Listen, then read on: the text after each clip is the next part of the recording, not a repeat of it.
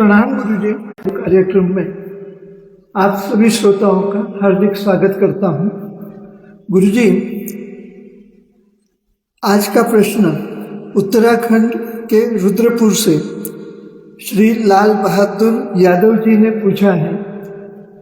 वे पूछते हैं, गुरुजी, देश के 5 राज्यों में चुनाव होने वाले हैं। इन 5 राज्यों में वेस्ट बंगाल की चुनाव की बड़ी चर्चा है। चूंकि मेरे भी जीवन के 30 से 35 वर्ष वेस्ट बंगाल में बीते हैं, तो मैं भी अपने अनुभवों से कह सकता हूं कि चुनाव को लेकर सत्ता पक्ष के बारे में भी मीडिया जो बातें बताती है वे असलियत से कई कम रहती है, अर्थात आतंक इससे कई ज्यादा रहता है। चुनाव आयोग को फ्री एंड फेयर चुनाव करवाने के लिए सेंट्रल फोर्स का प्रयोग करना पड़ रहा है। अन्य माध्यमों का भी प्रयोग कर रही है। फिर भी फ्री एंड फेयर चुनाव बिना जान माल के हानि पहुंचाए हुए नहीं करवाए जा रहे हैं। गुरुजी, मेरा प्रश्न यह है कि इस बंगाल के चुनाव में या देश में किसी भी राज्य में कोई भी दल जनता के वोट लेकर चुनाव जीतने के बारे में बातें नहीं कर रहा है। सभी इस बात पर जोर दे रहे हैं कि कैसे सिस्टम का दुरुपयोग कर सत्ता हासिल कर ली जाए। तो मुझे उपरोक्त संदर्भ में यह जानना है कि वह कौन सा तरीका या सिस्टम आपने बनाया है कि जिसका उपयोग कर फ्री 100% जनता का वोट हो और जनता की सरकार बनाई जा सके और जिससे किसी की भी जान या माल की हानि न हो एवं सरकारी एजेंसियों की कम से कम उपयोगिता कर चुनाव करवाया जा सके। इसके अलावा क्या यह भी संभव है कि पूरे 5 साल या हर समय जनता द्वारा कहे बातों को ही सत्ता को काम करने की बाध्यता संभव हो सके और देश के संविधान में लिखी बातों का सही मायने में उपयोगिता सिद्ध हो सके। प्रणाम गुरुजी, कृपया सविस्तर बताएं। जरूर, प्रश्न लंबा है जी, लेकिन महत्वपूर्ण है। अभी राजनैतिक चुनावों को लेकर के पुनः कहमा गहमी प्रारंभ है। 5 राज्यों में चुनाव प्रस्तावित है, बंगाल भी शामिल है। चुनाव की दुर्दशा केवल बंगाल में ही नहीं है, पूरे देश का यही हाल है। और पूरे देश ही नहीं बल्कि पूरी दुनिया का यही हाल है। लोकतंत्र के नाम से वास्तव में राजतंत्र ही चल रहा है।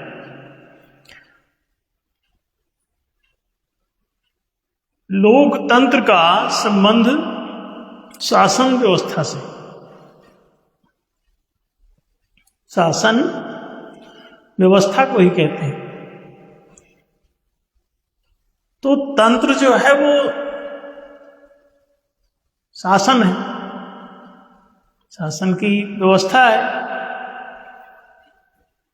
अब लोकतंत्र का मतलब है सार्वजनिक शासन प्रणाली।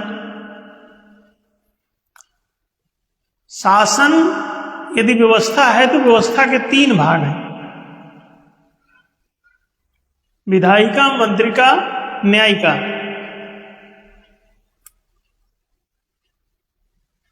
लोक तंत्र का मतलब लोक शासन से है, तो लोक शासन की जो व्यवस्था है वो लोकतांत्रिक होनी चाहिए, सार्वजनिक होनी चाहिए। हो रहा है बिल्कुल इसका उल्टा। तंत्र का कोई चुनाव नहीं होता, शासन व्यवस्था पर कोई भी चुनावी प्रक्रिया लागू नहीं होती, बल्कि शासन सत्ता का चुनाव हो रहा है। तो शासन सत्ता चाहे आप चुन के लाइए, आपका वोट लेके वो बन जाए, चाहे आपको तलवार के बल से आपके ऊपर कब्जा करके सत्ता में बैठ जाए, या किसी अन्य प्रपंच के द्वारा, कूटनीतियों के द्वारा सत्ता हथिया लें, दल से, बल से, छल से, अनेक उपाय हैं सत्ता हथियाने के। तो सत्ताधीश आप चुन रहे हैं, शासन नहीं, शासन की व्यवस्था नहीं चुन रहे हैं, शासन की सत्ता चुन रहे हैं। और इस चुनने का और ना चुनने का कोई लोकतंत्र से संबंध नहीं है यदि आप सत्ता चुन रहे हैं, क्योंकि शासन उस सत्ता से बाहर है। सत्ता को जब आप चुनते हैं तो आप राजा ही चुन रहे हैं या राजनेता चुन रहे हैं, और जो शासन व्यवस्था है उसका आप चुनाव करते नहीं हैं, तो वो ऑटोमेटिकली स्वचालित ढंग से शासन सत्ता के हाथ में चली जाती है पूरी शासन व्यवस्था। लोकतंत्र तो वहीं मर जाता है, समाप्त हो जाता है। राजा कैसे बैठा और तंत्र उसके हाथ में चला गया तो राजतंत्र ही हुआ। लोकतंत्र कैसे हुआ, लोगों का तंत्र कैसे हुआ, प्रजा का तंत्र कैसे हुआ। माने तंत्र माने शासन व्यवस्था, तो शासन व्यवस्था में तो प्रजा की कोई भूमिका ही न रहेगी। जो भूमिका होगी उस राजा की होगी, जिसको चाहे वो चुन के बैठा हो, चाहे मनोनीत होके बैठा हो, चाहे तलवार से जीत के बैठा हो। अब मनोनीत होके बैठा है कि युद्ध में जीत से वहां बैठ गया है, उन दोनों बातों का मतलब इतना ही है कि वो राजा बन गया और तंत्र उसके हाथ में चला गया, तो राजतंत्र ही होता है। वो लोकतंत्र कैसे हुआ, जब शासन राजा के हाथ में है, लोगों के हाथ में नहीं है, तो लोकतंत्र तो उसे बोल ही नहीं सकते। ये सीधे से मतलब है कि शासन जनता के हाथ में नहीं है, लोगों के हाथ में नहीं है, तो उसे लोकतंत्र नहीं कहा जा सकता। जब व्यक्ति वहां चुन के जो जाना है, शासन उसके हाथ में चला जाएगा, तो शासन को हथियाने के लिए वोट की लूट, छीन झपट, धोखाधड़ी, बूथ कैप्चरिंग, साजिशें, कहीं ईवीएम घोटाला, कहीं बूथ घोटाला, बूथों पे कब्जा, मारकाट, चुनाव में खड़े ना होने देना, लोगों को जबरदस्ती बैठा देना, पैसे से खरीद के बैठा देना, हथियार से डरा के बैठा देना, ये तो चलता ही रहेगा। क्यों? सत्ताधीश बनना है। तो सत्ता चाहे वोट से ले लो, चाहे नोट से ले लो, चाहे चोट से ले लो, चोट से भी मिलेगी सत्ता। चोट के डर से लोग सरेंडर कर देंगे, सत्ता आपको दे देंगे, नोट के लालच से दे देंगे, वोट की धोखाधड़ी से उनके हाथ में चला जाएगा। आपको हरी हरी गाजर दिखाया और आपका मत ले लिया, बाद में गाजर का एक टुकड़ा दे भी दिया तो आपका कौन सा पेट भरना उसमें। 5-5 किलो राशन ले लो, एक मोबाइल ले लो, एक लैपटॉप ले लो, तीर्थ यात्रा कर लो, टीवी एक एक सबको दे देंगे, 200 रुपए आपको गिफ्ट दे देंगे, 500 रुपए दे देंगे। जितने में आप सेट हो जाएं उतना आपका वोट खरीदा जा सकता है, और ये सहज है। सत्ता यदि फ्रूटफुल है तो सत्ता हथियाने के लिए ये सभी षड्यंत्र होंगे। ये तो एक कॉमन सेंस की बात है। तो चुनाव की आपकी प्रणाली गलत है, ना कि वो व्यक्ति जो सत्ता हथियाने में लगे। आपने चुनावी जो सिस्टम अडॉप्ट किया है वो पूरा सिस्टम सिरे से ही दिक्कत में है, कहीं से न्याय संगत नहीं है। शब्द जो कह रहे हो लोकतंत्र, वो शब्द भी अपने अर्थ नहीं धारण कर रहा है। डोमिनेटिव लोग जो हैं वो डोमिनेट करके सत्ता हथिया लेते हैं, बंदूक से डरा के, पैसा फेंक के, धोखाधड़ी करके। सत्ता हथियाना ही एकमात्र उद्देश्य है, सत्ता चाहे जैसे मिले। गौरी गजनी सब आक्रमण कर करके सत्ता हथियाती थी। चंगेज ने पूरी दुनिया में सत्ता हथियाई। अब आपका मत तो प्राप्त कर ही लिया, डरा के प्राप्त किया कि ललचा के प्राप्त कर लिया, कैसे भी प्राप्त कर लिया। शासन अपने हाथ में उसको लेना है। शासन जनता के हाथ में होना चाहिए था, मतलब शासन व्यवस्था का चुनाव होना चाहिए था। शासन व्यवस्था के 3 अंग हैं, विधायिका, मंत्रिका, न्यायिका। तो 3 चीजें वो बनाते हैं, विधान, मंत्रणा और न्याय। इसे ही नियम, नीति, निर्णय कहते हैं। विधायिका नियम बनाती, यानी कानून, विधान, इसका निर्माण करती। मंत्रिका नीतियां बनाती है, मंत्रणाएं, परामर्श, सलाह देना उसका काम, पूरे प्रशासन। न्यायालय आपके विवादों के निर्णय देता है। तो ये नियम, नीति, निर्णय ये विधायिका, मंत्रिका, न्यायिका के द्वारा जो किए जाते हैं, इनको पारित खारिज करने का अधिकार जनता के हाथ में जब होता है, लोगों के हाथ में जब होता है, तब इसे लोकतंत्र कहते हैं। क्योंकि शासन यही है, नियम, नीति, निर्णय पर आधारित शासन है। और नियम, नीति, निर्णय पारित खारिज का अधिकार करने का अगर किसी सत्ताधीश के हाथ में चला गया तो वो तो राजा के हाथ में गया तो राजतंत्र ही हो गया। लोगों के हाथ में तो तंत्र यानी शासन है ही नहीं। नियम, नीति, निर्णय तीनों वही बनाता भी है, वही पारित खारिज भी कर लेता है।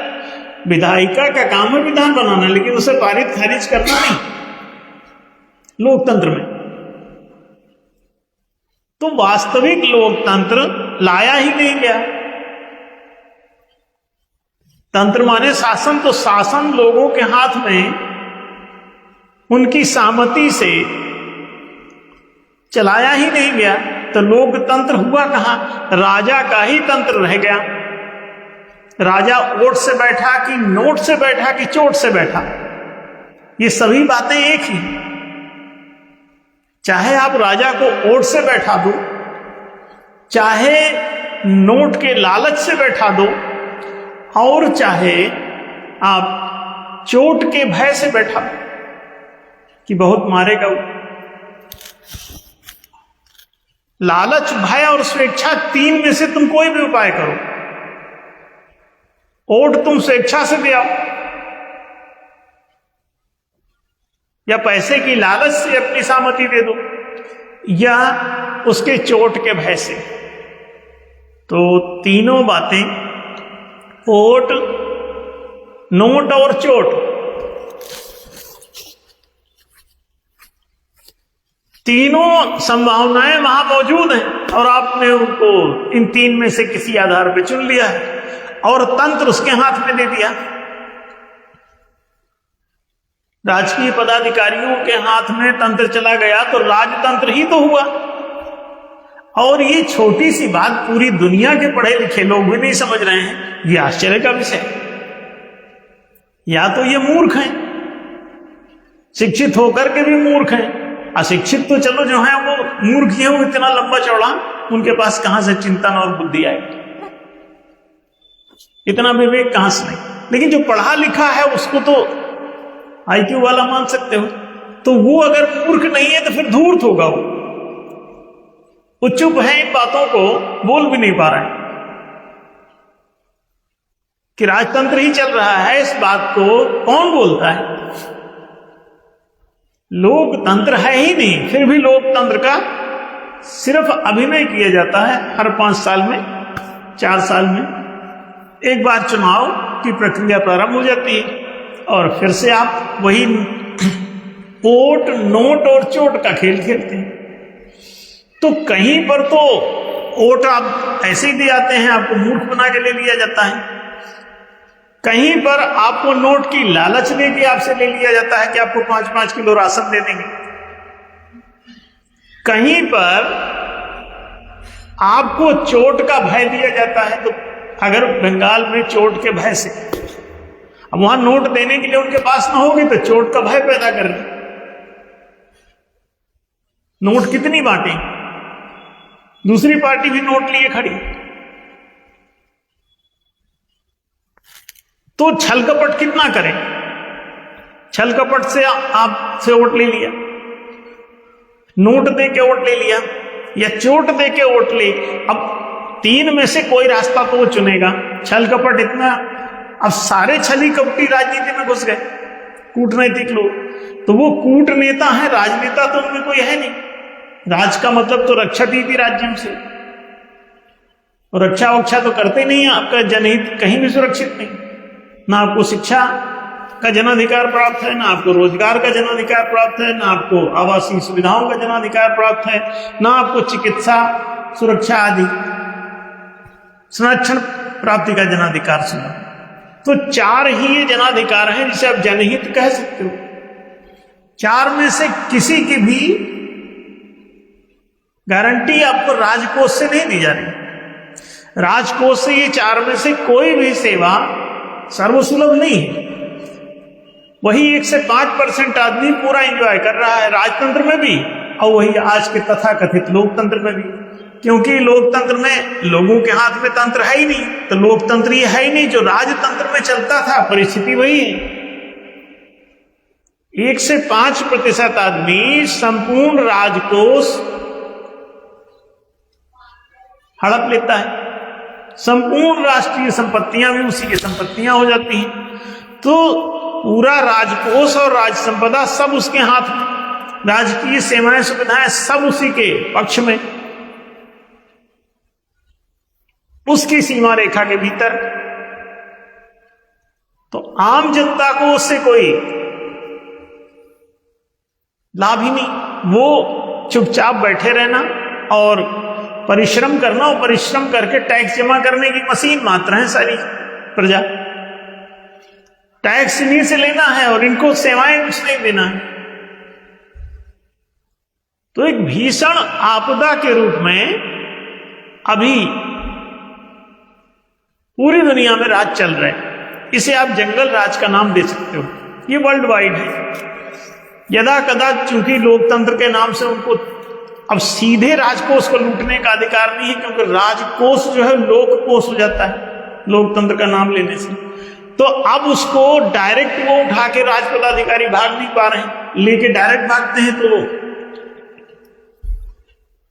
बेईमानी सिद्ध होती, भ्रष्टाचार सिद्ध होता है। तो अब उनको कुछ ना कुछ सड़क बनाना पड़ता है, कुछ ना कुछ स्कूल खोलना पड़ता है, कुछ अस्पताल खोलना पड़ता है। उसकी आड़ में ही सरकारी योजनाओं के नाम से ही वो बजट पारित करके और पूरा बजट पार करने की कोशिश करते हैं, लूटने की चेष्टा करते हैं। तो उसी को गबन, घोटाला, भ्रष्टाचार आदि के नाम से आप जानते हैं। डायरेक्ट अभी उनका जब राजतंत्र पूरा फुल फ्लैश था तो वो पूरा उठा लेते थे। अब राजकोष लोककोष हो गया है तो उसमें से चोरी करना पड़ता है। पहले राजा पूरा गड़प जाता था, चोरी भ्रष्टाचार का नाम ही नहीं था कोई। जब से ही लोकतंत्र का तथाकथित पाखंड शुरू हुआ है तब से वो राज पदाधिकारी सीधे लूट नहीं पा रहे हैं। ये फर्क जरूर पड़ा है। तो सेवाओं के नाम से ही ये पैसा पारित करते हैं, बजट पारित करते हैं। उन सेवाओं को कागजी ज्यादातर दिखा करके और पूरा पैसा गड़प जाते हैं। थोड़ा बहुत उनको फिजिकल चेकअप के लिए, प्रैक्टिकली उनको प्रत्यक्ष रूप से दिखाने के लिए कुछ काम करवाना भी पड़ जाता है, मजबूरी। बिल्कुल नहीं दिखेगा तो मुसीबत होगी। अखबार में किसी ने छापा कि ये तो सड़क ही नहीं बनी और सड़क का बजट गायब हो गया, तो मुसीबत होगी। इस वजह से उनको थोड़ा बहुत कुछ करते रहना पड़ता है। रही इस चुनावी प्रक्रिया की बात, तो पहले तो लोकतंत्र ही ऑब्जेक्शनेबल है, उसमें शासन सत्ता का चुनाव हो रहा है, शासन व्यवस्था का चुनाव होता ही नहीं। तो पहले तो इन दोनों का चुनाव प्रारंभ किया जाए। एक बात, न्यायाधीश सभा का ये 53 नंबर प्रस्ताव है। 111 प्रस्ताव न्याय के हैं राष्ट्रीय तल पर, जिसमें से ये 53rd ये प्रस्ताव है, जिसके अंतर्गत महालोकतंत्र की बात कही गई है, जिसमें शासन सत्ता चुनने के 6 मताधिकार और शासन व्यवस्था चुनने के भी 6 मताधिकार, माने विधायिका, मंत्रिका, न्यायिका के पदों पर पदाधिकारियों की नियुक्ति और उनके द्वारा किए गए कार्यों का भी वोटिंग पद्धति से पारित खारिज किया जाना। तो 3 के 2-2 ये मताधिकार होंगे, तो 6 इसके और 6 उसके, कुल 12 मताधिकारों का लोकतंत्र होता है वास्तविक। इसे महालोकतंत्र कहते हैं। तो 53 नंबर प्रस्ताव न्यायधीश सभा का कहता है कि ये महालोकतंत्र लाइए और 12 मताधिकार जनता को दीजिए। तो ये शुद्ध लोकतंत्र होगा। नियम नीति निर्णय पारित खारिज करने का आप जैसे ही जनता के हाथ में मताधिकार देंगे, तो सत्ताधीशों के हाथ में कोई भी लूटने का अवसर, गबन घोटाले का अवसर 100% समाप्त हो जाएगा। वहां पर कुछ भी अपने से कोई कमीशनबाजी, नौटंकी वो करने की स्थिति में नहीं होगी, क्योंकि सारे बजट तक को भी पारित खारिज जनता के द्वारा ही किया जाना है, बहुमत से। ऐसी दशा में नियम नीति निर्णय यदि जनता पारित खारिज करने लगे, तो सत्ताधीशों की कोई भी लालसा वहां पूर्ण नहीं होगी। जब उनकी लालसा पूर्ति नहीं होने वाली है, तो कोई भी उनको आकर्षण नहीं दिखाई देगा सत्ता में। तो सत्ता हथियाने के लिए आपके फर्जी वोट, आपको नोट और आपको दी जाने वाली चोट का तीनों प्रारूप समाप्त हो जाएगा। आपके छल कपट से वोट लेना, लालच दे के, नोट दे के सत्ता हथियाना या चोट दे के सत्ता हथियाना, तीनों बातें खत्म हो जाएंगी। और ये क्योंकि ये सत्ता में आकर्षण का ही कुल ग्राउंड है। आकर्षण का अगर आधार हट जाए, तो सत्ता पाने की लालसा स्वतः धीमी पड़ जाएगी, उधर जाना बंद हो जाएगा। तो एक तो चुनाव आयोग को लोक सेवा आयोग की तरह प्रतिष्ठित होना होगा और पहले सिलेक्शन प्रोसेस करना होगा, और सिलेक्टेड लोगों को जितने उसमें मेरिट में आ जाएं, उस परीक्षा में जैसे वो एग्जाम होल्ड करता है लोक सेवा आयोग, उसी तरह से परीक्षा आयोजित की जानी चाहिए इलेक्शन कमीशन द्वारा। उसमें जो लोग मेरिट होल्डर्स हैं, उनको सबको चुनाव लड़ने की अनुमति दे दी जाए। जो ऊपर से टॉप एक कट ऑफ लिस्ट जहां तक आप रखना चाहते हैं वहां रख लें, और उनको जितने योग्य, उसमें अधिक से अधिक आप रखना चाहते हैं उतनी योग्यता के अनुसार चुन लें, उतने लोगों को परमिट कर दें कि इससे ऊपर जितने लोग मार्किंग लिस्ट में आएंगे वे लोग चुनाव लड़ पाएंगे। तो कट ऑफ लिस्ट से नीचे सब बाहर अपने आप ऊपर वाले चुनाव के लिए योग्य माने जाएंगे। अब वो चुनाव में उतरेंगे। तो चुनाव की प्रक्रिया एक तो सत्ता की भी ऐसी पवित्र करनी होगी। पहले सिलेक्शन प्रोसेस, उसके बाद इलेक्शन प्रोसेस। तो एग्जाम होल्ड करना होगा।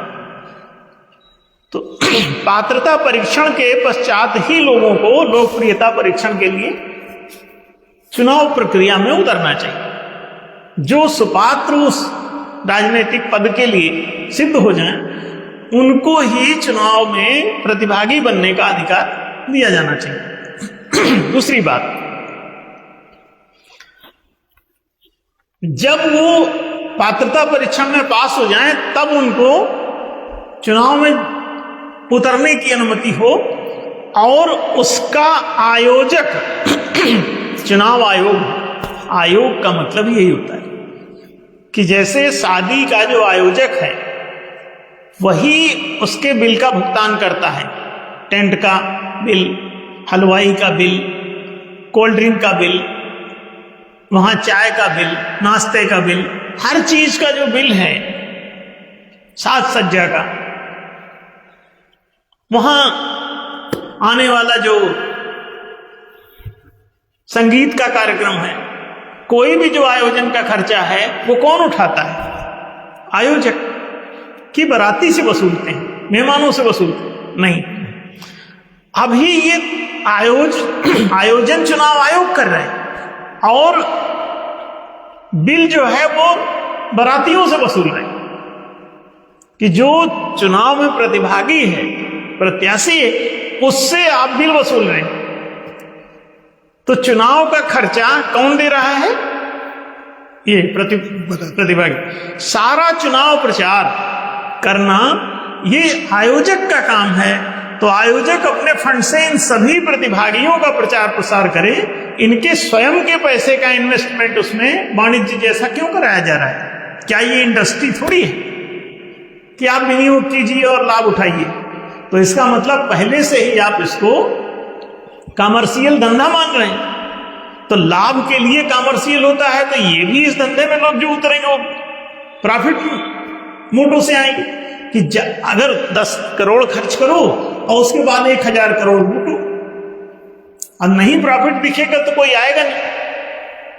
तो इसका मतलब जितने जब आकर्षित हो रहे हैं, इसका मतलब सब 10 करोड़ फूकने के बाद, 50 करोड़ फूकने के बाद, वहां पे जब उनको 5000 10,000 करोड़ रुपए पार करने, तो क्यों नहीं आकर्षित होंगे सत्ता में जाने के लिए? इसलिए वहां पे ओट, नोट और चोट का वातावरण बना हुआ है। तो हमेशा ध्यान रखें कि जब पहले तो पात्रता परीक्षण हो, उसके बाद चुनावी प्रक्रिया प्रारंभ हो। चुनावी प्रक्रिया का सारा चुनाव प्रचार का जो खर्च है वो चुनाव आयोग को करना होगा। हमने ये सब प्रस्ताव पिछले 15 सालों से हम लगातार सरकारों को दे रहे हैं, मीडिया को दे रहे हैं, राजनीतिक दलों को दे रहे हैं। हमने पार्टी भी लॉन्च कर रखी है, 1-2 चुनाव में पार्टी को हमने प्रचारार्थ उतारा भी।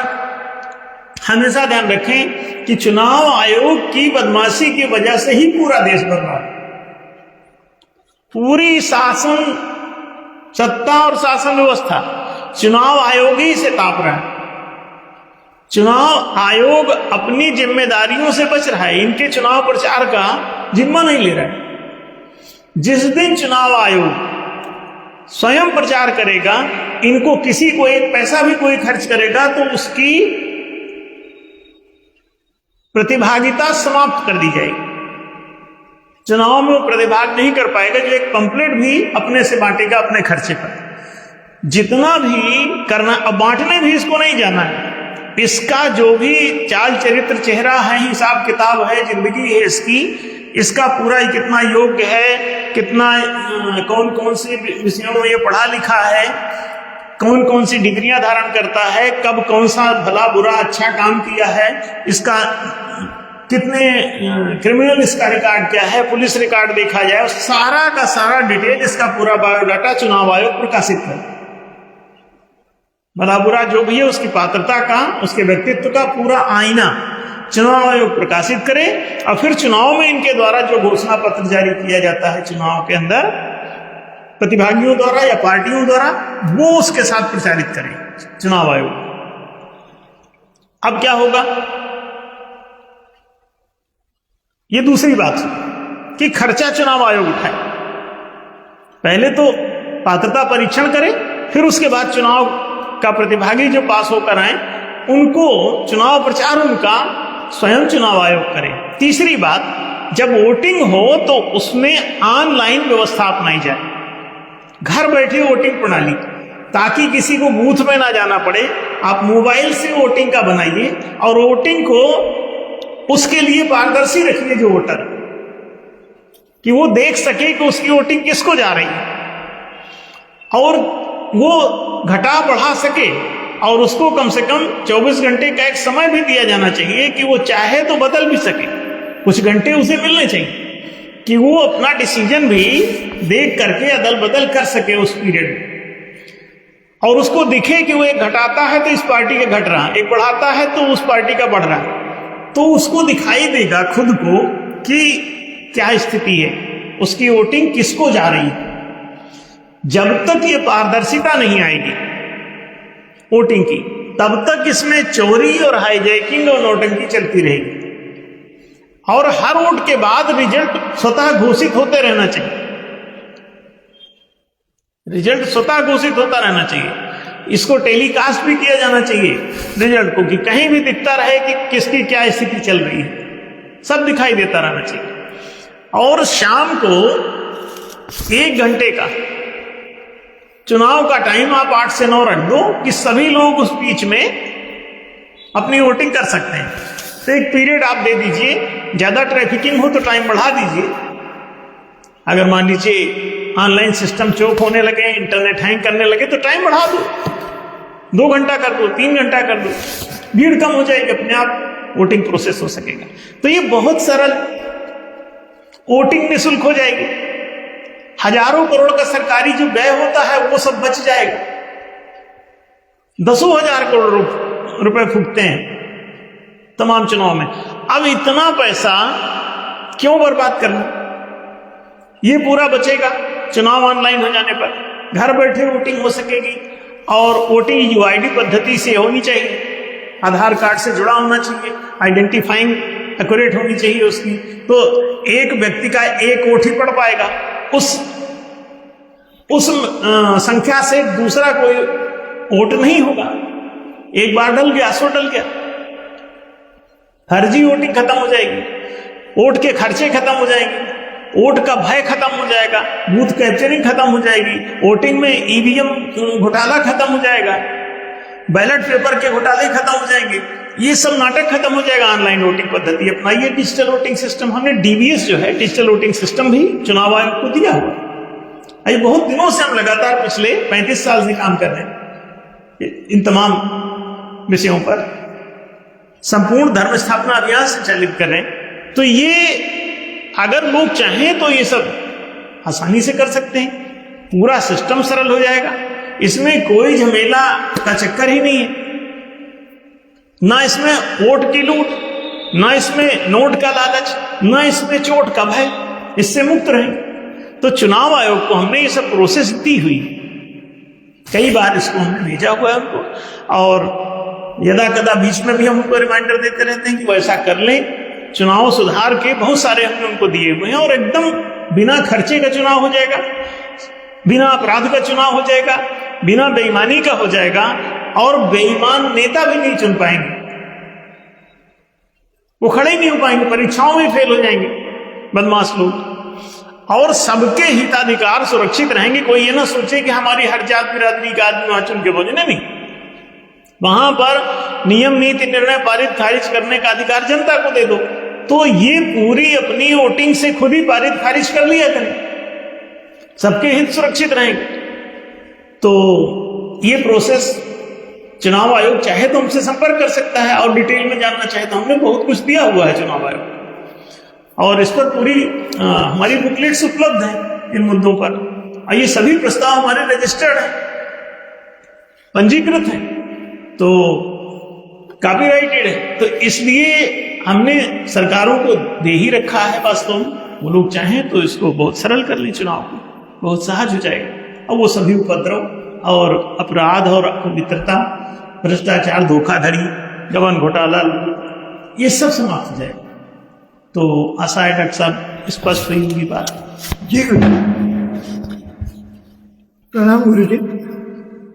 आपने बहुत ही सरल एवं स्पष्ट शब्दों में आज के चुनावों में जो भी गलत बातें हो रही है उसका सटीक समाधान दिया है।